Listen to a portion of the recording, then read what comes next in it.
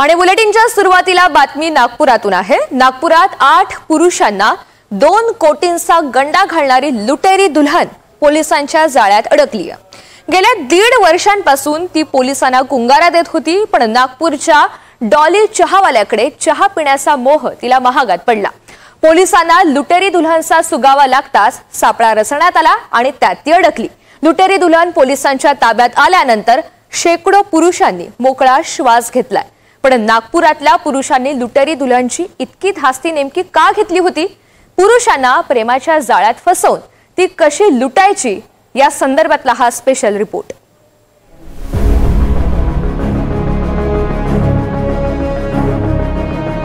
या महिलेचं नाव आहे समीरा फातिमा उर्फ लुटेरी दुल्हन। नागपुरात ही महिला सध्या चर्चेच्या केंद्रस्थानी आहे। ही एक उच्च शिक्षित महिला असून पेशाने शिक्षिका, पण शिक्षिकी पैसा सोडून या महिलेनं लग्नाचाच धंदा सुरू केला। कारण तिने 1-2 नाही तर तब्बल 8 लग्न केली आहेत आणि या 8ही पतींकडून तिने लाखो रुपये उकळलेत।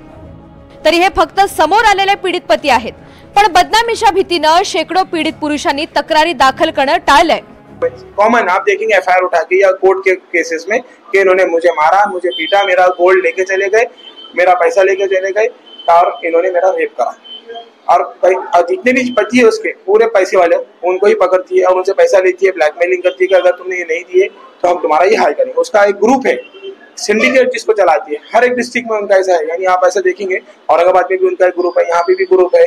उसमें उन्होंने धार्मिक मौलाना हो या कुछ लोअर कैटेगरी के जो है पुलिस वाले वो भी है। उसमें डमी सीबीआई ऑफिसर बन के कॉल करते, डमी क्राइम वाले को फोन करते, हर तरीके से उन्हें सामने वाले को टॉर्चर करके उससे पैसा निकालते।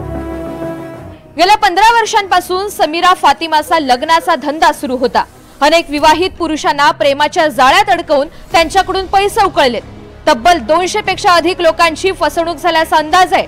मात्र यापैकी फक्त 8 पीडित पुरुषांनी पोलिसांकडे तक्रार करण्याची हिम्मत दाखवली। लुटेरी दुल्हनच्या जाळ्यात अडकलेले सावज कोण?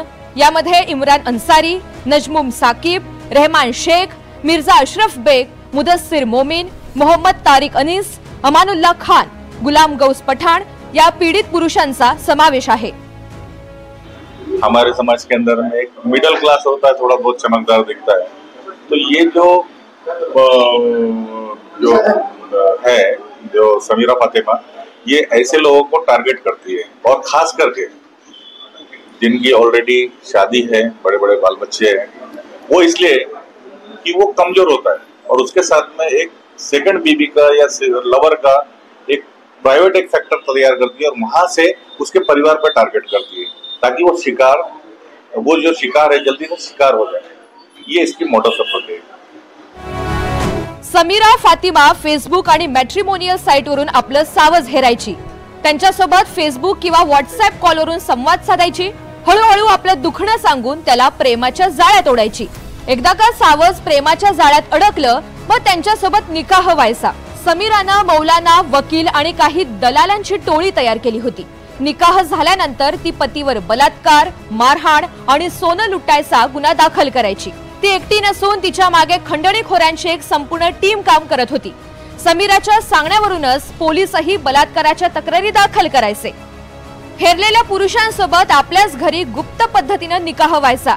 सुरुवातीला काही दिवस सुखी संसार चालायचा, मग हळूहळू ती आपला खरा रंग दाखवायला लागल्यानंतर पतीचे बुरे दिन सुरू व्हायचे। जैसे कि जब वो फरार थी तो बहुत सारे लोगों को लगेगा कि 1.5 साल से फरार थी तो क्या उसका लोकेशन ट्रेस नहीं हुआ। तो वो इतनी शातिर महिला है कि वो शाम को ही अपना फोन ऑन करती थी, शाम में ही लोगों के से संपर्क करती थी, क्योंकि कानून के अंतर्गत जो है वो शाम को किसी भी महिला का अटक नहीं किया जा सकता। तो जिस समय हमें उसका लोकेशन भी पता चलता था तो वो शाम का होता था और जब तक सुबह होती थी तो वो भाग जाने में कामयाब हो जाती थी। तो ये उस महिला का हम कहेंगे ये शातिरता है और वो गुनाह बारंबार कर रही है, तो उसको ये सारी चीजों की बारीकियां मालूम है कानून से जुड़ी। नागपूरची ही लुटेरी दुल्हन फारच कुशाग्र बुद्धीची आणि चलाक आहे। धर्मातील चालीरीती आणि कायद्यातील तरतुदींचा ती पुरेपूर गैरफायदा उचलते।